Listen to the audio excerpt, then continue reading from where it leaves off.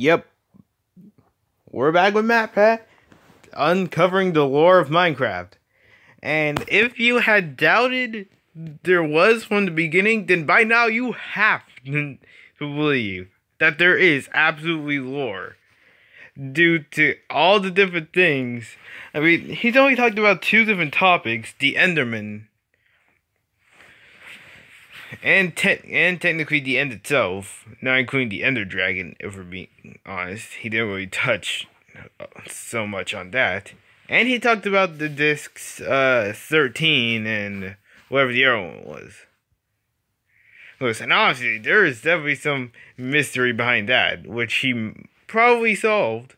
But, of course, this is game theory, so it's just a theory. A game theory. But now we're going to talk about, apparently we're going to talk about the Wizard, which is a boss from Minecraft, which I have been wondering about. Because, like, for one, it is, if I remember correct, if I'm correct, the strongest, it's stronger than the Ender Dragon. It's the strongest mob in Minecraft. Not to mention, you have to go through great lengths to get them. Because, like, with the Ender Dragon, the only thing you need to do is to get to the Ender Dragon to be able to fight it is kill a bunch of Endermen to get Ender Pearls. It's not hard, just time consuming. Then you gotta go to the Nether, which you should be able to do in a matter of days if you know what you're doing. Farm off with blazes, which is honestly really easy. You just gotta find Nether fortress, which, once again, not hard, just really tedious and time consuming. Get a whole bunch of Eyes of Ender, as many as you think you need. Then use them to find a stronghold, and then use, I think it's like 16 or something Eyes of Ender. No, I don't think it's that much. Maybe it is. I think it is, actually. Like, if I'm correct, about 16 Eyes of Ender to activate Twirl, jump in, boom, you're in the end. But with the Wizard, it's a lot more lengthy, because you do have to go to, it is kind of hard. And not just to fight him. Like, if we're being honest, the Ender Dragon is actually really easy if you know what you're doing. But the Wizard it can be pretty difficult if you don't know. Even if you know what you're doing. And like I said, it's lengthy to get to him, because you gotta get Soul Sand, which is from the Nether, which is easy. But you have to kill a bunch of Wizard skeletons until you get a total of 3 Wizard skeleton skulls, which are one of the rarest items in Minecraft to try and get from a mob. So it's pretty difficult to, well, not really, or it might be difficult, depending on what difficulty you're on, I guess, but it's just, it takes a long time. You gotta you gotta do a lot of stuff to try and get, well, not a lot of stuff. You get what I mean. But yeah, but the Ender Dragon, its role kinda seems obvious, but the Wizard is just there. It's not even like you have to go to a specific place to fight it. You can fight it in the end, I believe. I believe you can fight it in the end, and you can fight it in the overworld or the Nether, like that. So, yeah, I guess we're gonna be learning about the Wizard. So before this can become more lengthy than it all is, let's begin. Here's a mini to start things off. Endermites.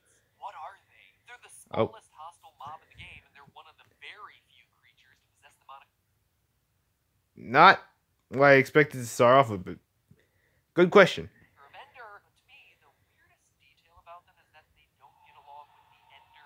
That is true. I know about that.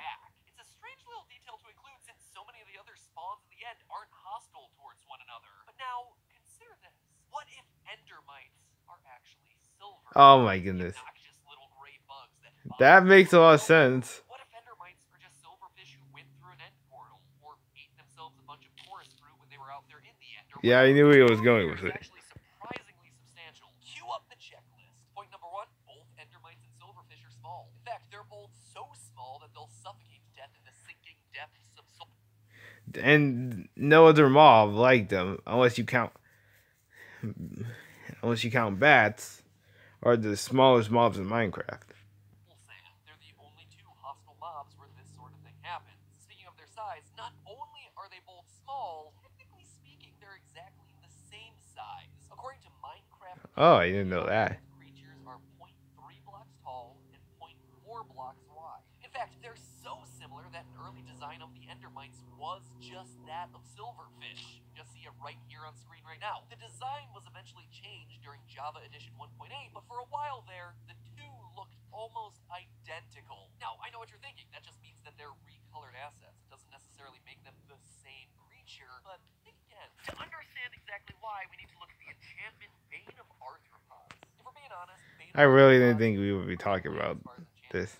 Sure, it increases your attack damage, but it only works when fighting against one of 4 very specific mobs in the game. And 2 of those mobs are spiders, so 50% are supposedly...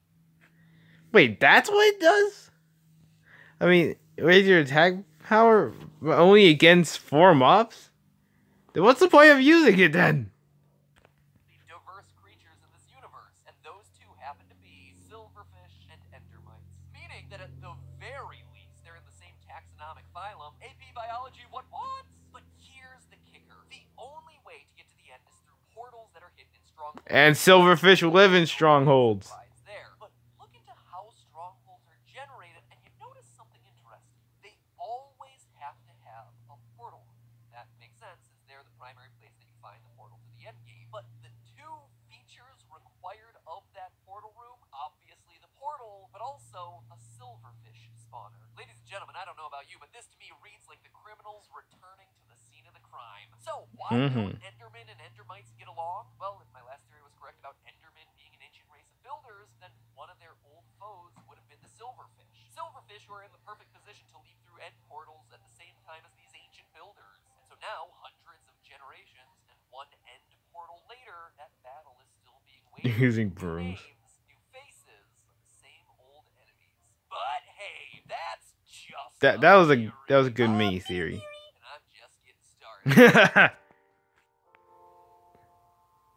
Hello, Internet. Welcome to Game Theory, the show that, yes, does indeed still talk about games, not just why platforms need to respect or why claiming video games causing violence is short-sighted. The reason I call out those episodes, by the way, is that both of them underperformed. One even got itself demonetized. What? They're, in my honest opinion, 2 of the most important episodes. Oh, come on, YouTube.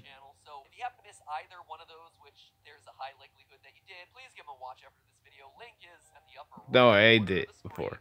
I reacted to both. That YouTube feature to use. But today we're not talking about those episodes. Instead, I'm looking to build on another theory. One that you all seem to like. One that started us down the path towards deciphering the hidden lore of Minecraft. Because there is lore here. It's not all absolutely golden wang monuments off. Oh my goodness. Unlike most other games, Minecraft's lore isn't told through He absolutely proves that. cutscenes. Instead, it's communicated through subtle design choices, spawn conditions, character designs, achievement names, hostile versus friendly behavioral patterns, and all of that will be important today as we explore the secrets of the Wither. Because last time we looked at the end of the Minecraft story.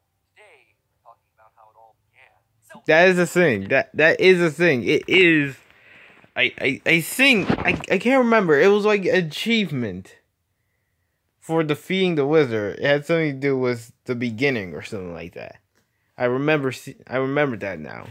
Just forgot, during my last major Minecraft theory, we tallied up the evidence suggesting that Endermen are actually an evolved form of an ancient race of builders. They speak English, they're able to hold rudimentary blocks. It would explain why strongholds are called strongholds in the first place, and why mysterious structures like underwater monuments and old mine shafts are left abandoned, dotted around the overworld when no other living creature in this universe has neither the ability to mine nor craft. The theory also explains the origins of end cities, and why they contain abandoned chests full of supplies totally inappropriate for life in that hostile purple environment. There's obviously a lot more, but you should just go watch that theory if you're interested. Link is in the didgeridoo. Anyway, one key element I was speculating about in that theory was what motivated this ancient race of people to wind up in the end in the first place. They seem like they were fleeing to it, but why? Curiosity? An accident? I ultimately conclude the wizard took. Oh my goodness, that's. You're telling me that the wizard, like was a danger to them, or something like that, and to escape it, they went to the end. Because the wizard is the most, not just the most powerful, I'm pretty sure, but the most evil. Considering that it will attack anything, hostile, peaceful, anything. It will attack any mob, literally any.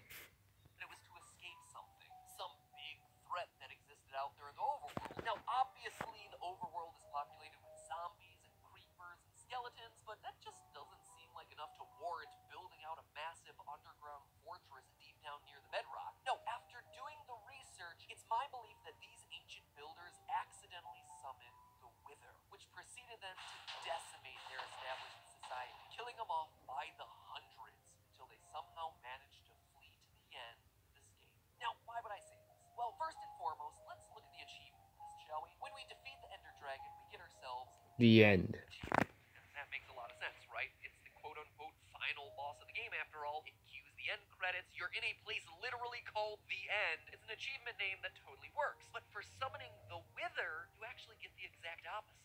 The beginning. Question. Oh, spawning and not defeating. Get yourself the beginning again, but this time it's with a period.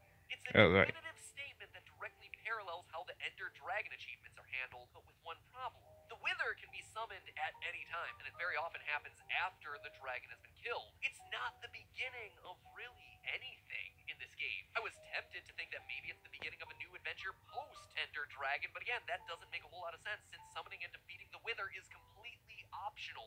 Very much so. Even when you do it, nothing much comes of it, really. It gives you a nether star, which, for as special and unique as that item is, just allows you to build a beacon that shoots and that's it. buffs into the surrounding area. It's not all that cool or all that meaningful. But what if?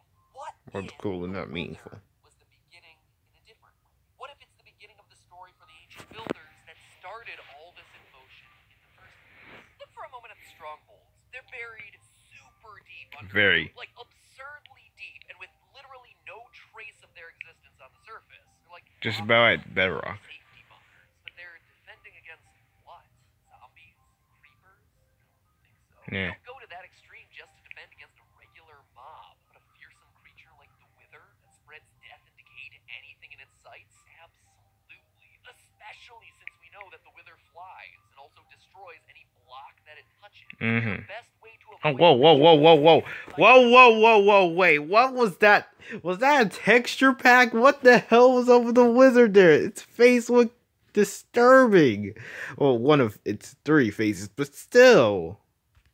Down, far below where it can reasonably follow. Exactly what we find with the stronghold placement. In fact, it would explain why the only remaining structures from these ancient builders on the surface of the overworld are underwater monuments, underground mine shafts, and secluded desert temples. They're the only structures that the Wither wasn't likely to touch and immediately destroy. And on that note, what's the key feature that exists inside of a stronghold? Well, it's a portal to the end. Now, we just established that the Wither can destroy almost any block that it touches. Almost any block being the operative word there. There are very few exceptions to things that it can destroy. Those exceptions include bedrock, command blocks, extended pistons, and end portal blocks and end portal frames. I don't know about you, but if my society is being decimated and I'm trapped in my underground bunker running away from this terrible beast that destroys everything it touches, I'm making sure that I'm building that last-ditch escape effort using supplies that are going to be Wither-proof. We also can be sure that the Wither was known by the ancient builders. If you look closely at the chiseled red sandstone that was used in ancient buildings like desert look at that. ruins, you'll notice a hieroglyphic that clearly depicts the Wither, straight body, 3 skeletal heads. So whoever created these structures in the first place certainly knew that this thing existed. But how? Or maybe more importantly, why? Why would anyone intentionally try to summon this thing in the first place? Well, let's look at how it's built, shall we? The Wither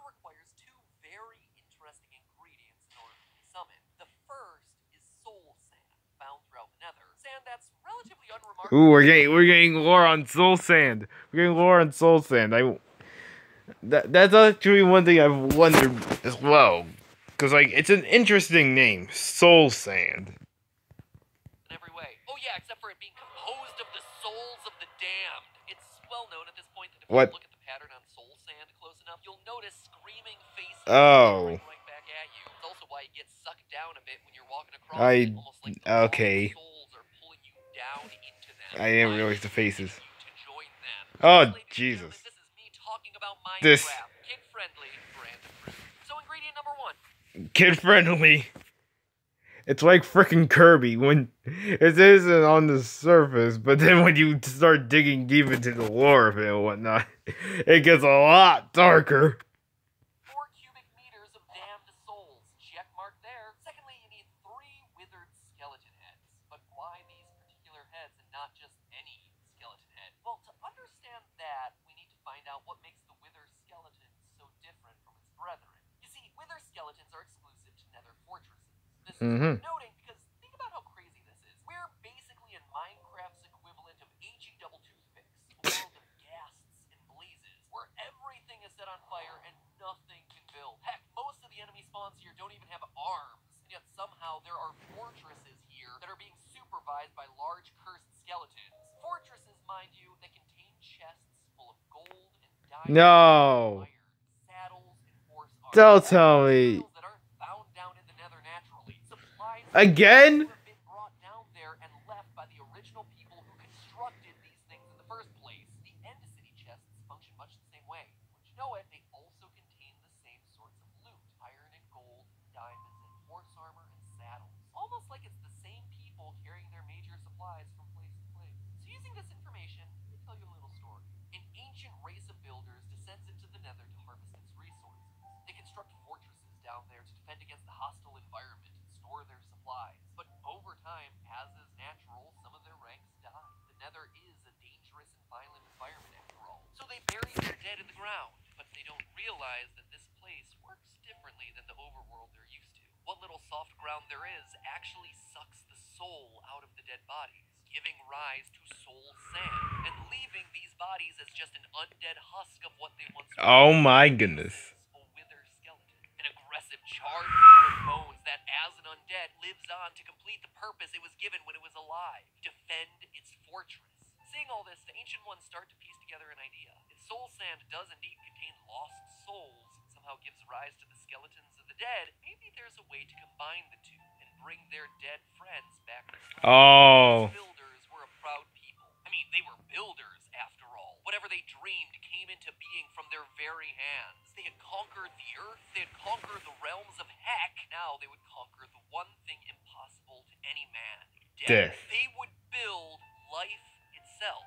I mean, with the raw materials, you can construct anything, right? Why not a lost human? You have the soul in the sand, you have the body in the wither skeleton. Why wouldn't it work? Well. Last thing I'll call out here. You'll notice that none of the items in nether chests are enchanted, but by the time you get to the end, a lot of them are. The reason I call this out is that it shows an escalation in the way these ancient builders started using magic. By the time they end their journey in the end, they're full-blown magic users. They've started to go beyond just construction. They're starting to play with mystical forces.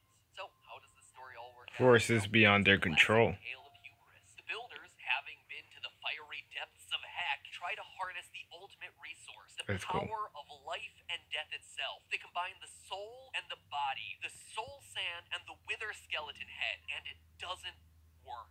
But by this point, The way they think that is. There has to be a way to make it work. Like so many other fictional characters before them, like Dr. Frankenstein, like the Elrics. They're convinced that they have the right ingredients, so they start going down dark, more supernatural paths in their quest to crack the mystery. Magic, enchantment, potions. They went too deep. They go to the witches, already outcasts from society for their use of soul sand to concoct awkward potions and strange brews. And that's when they stumble upon it. They finally manage to create something, but it wasn't what they expected. Instead of bringing new life to a dead friend, they create a hideous, destructive beast.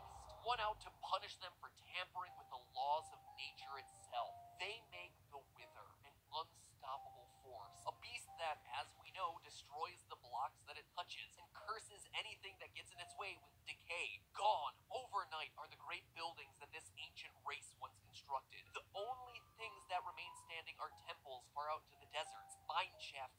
underground, monuments underwater. Gone are all the people of this once great society, one by one consumed by the wither. A disease literally eating them away from the inside. Friends, neighbors, dead, decayed, or worse, brought back to life in the form of skeletons and zombies. The living undead that roam the landscape to this day. So for their own protection, the remaining ancient people hide underground, deep underground, down near the bedrock in fortified bases called strongholds, far below where the flying wither will be able to reach, with no trace of their existence on the surface. And it's there that they plan their escape. They've hopped to different realms before using portal technology. Why not again? But this time, the portal has to be made to be wither-proof, which is why end portal blocks are literally the only block type outside of bedrock immune to the wither's attacks. And from there, you know the rules. They manage to make the portal and hop to the end, but it's a one-way trip. They don't realize that the portal won't be accessible behind them, and what awaits them on the other side is something else, something completely unexpected,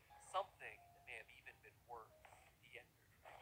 But hey, that's just Dude. a game theory. Thanks for watching. And hey, before you disappear off into the nether, I need to tell you that this episode was made possible by our Okay, it's sponsor. sponsored.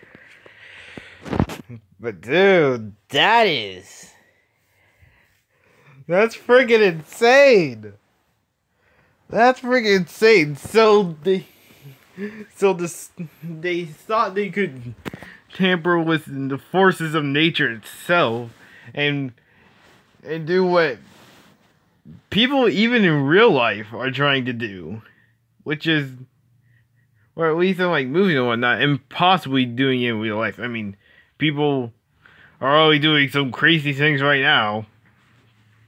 So I wouldn't doubt people are trying to find a way to cheat death and all that, and revive people who are lost to death and all that. And so they tried to do in so many ways. Created the wizard, which drove them underground to strongholds, and before the wizard could possibly find them, eventually they decided to go to the end, where they were trapped forever, and were stuck with the Ender Dragon. And to survive, they eventually evolved into Enderman. If that explanation made sense. And that whole summary of it. But that is really, really interesting. It got dark. It got darker than a lot of things on game theory, to be honest. And they talk about a lot of dark things. Frickin' the Netherrack sucking the souls from the people, turning into empty husks, and their souls remain in the soul sand, trapped for all eternity. My goodness. That Minecraft. We're kids.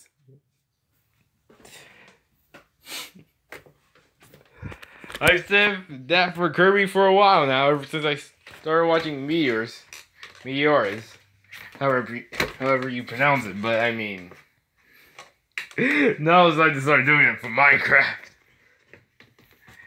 So this lore is getting deeper and deeper, and we've talked about how the main part of the story of the builders began. And how it ended. And also, I could think of a few other bits of lore that could possibly be. Okay, so like, how did the end come to be? Because like, I mean, the Ender Dragon. Where did it come from? Why does it exist? What is its purpose? Because we always talked about the purpose of the wizard. I guess, kind of. But I mean, he briefly touched on the Ender Dragon, but not really all that much, since that video was more based on the ancient builders and how they evolved into Endermen. No, right now, but and you know what's the Ender Dragon's purpose? Why does the end exist? Why does the end exist exactly? And who built those pillars that heal the dragon? Someone had to do it. Because the only other thing, because like we know that the Endermen used to not be there because they are the builders. And the Endermen could be the only ones the Endermen are the only ones who could have built those pillars, because, well, they're the only ones in the end that can pick up blocks, and we know that they didn't exist before the builders went to the end, and the Ender Dragon was already there. That's something. So, did they build them eventually after? Afterwards? After the end? Did they see the Ender Dragon as some sort of savior god or something like that? Are we going to go Outlast with religion and all that? Well, Outlast 2, I don't know about the original Outlast. It's been a while since I've seen that. And then another good question: if all the builders are gone, how are you here? What is your story? What is you as the player's origin? How did you become the last builder to be in the overworld? Like, were you abandoned at a young age or what? And left with the villagers? While your parents and all the other builders had left to escape to the Nether, or died to the head or decaying sickness, the wither sickness of the wither or something like that. Because like if I know Minecraft story mode is most definitely not canon. It's its own story made up by Telltale. But if we take some stuff from that, we get a picture that, the wither effect isn't just like an effect. It'd be more of a sickness, because if you have seen Minecraft story mode, spoilers for it if you haven't, just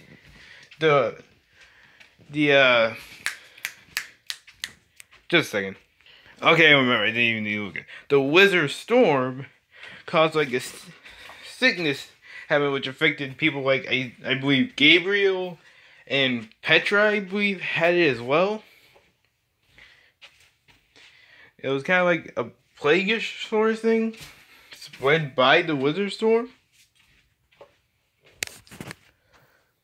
Well, not like it's just an idea, but I mean, it does work. It would have been. So, did your parents get infected with the virus, or whatever, and leave you with the villagers?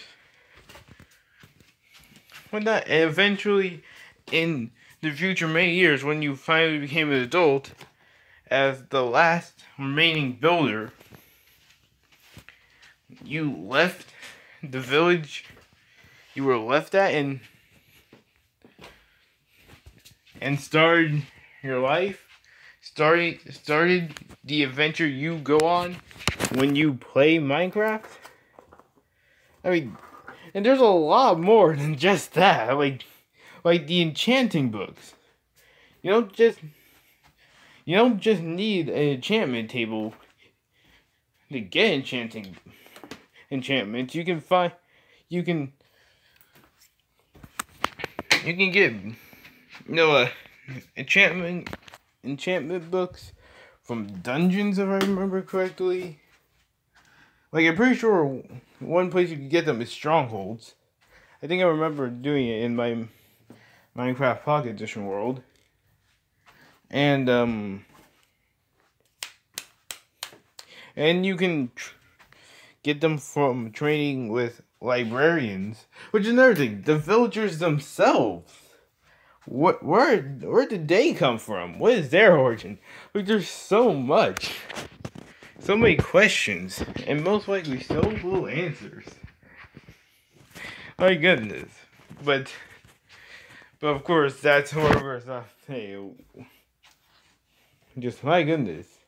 So many things to wonder. So many things. Because the lore is definitely there. The lore is definitely there.